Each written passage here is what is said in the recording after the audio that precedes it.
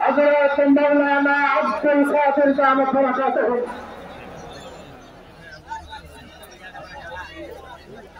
السلام عليكم ورحمة الله।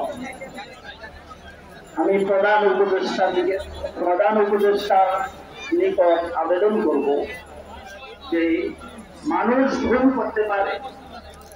আপনি নোবেল বিজয়ী ব্যক্তি, কিন্তু আপনার থেকে ভুল হবে না যে এটা নয়।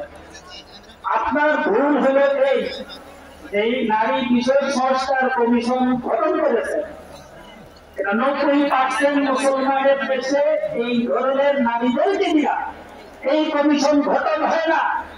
এই ধরনের নারী দ্বারা কমিশন গঠন হয় পশ্চিমবঙ্গের মধ্যে, বাংলাদেশের মধ্যে এই ধরনের নারী দ্বারা কমিশন গঠন হয় না।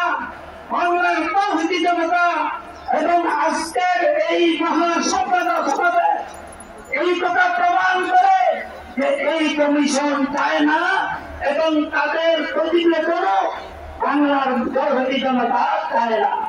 এই জন্য আপনি এই কমিশনকে এবং এই কমিশনের সেই প্রস্তাবনাগুলো কোরআন হাদিসের সাথে সংঘর্ষিত হয়েছে, এইগুলা সম্পূর্ণ বাতিল করে দিন।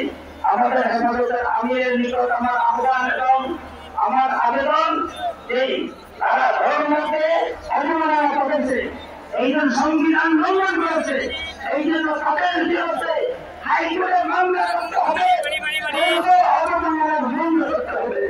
আমরা ভাই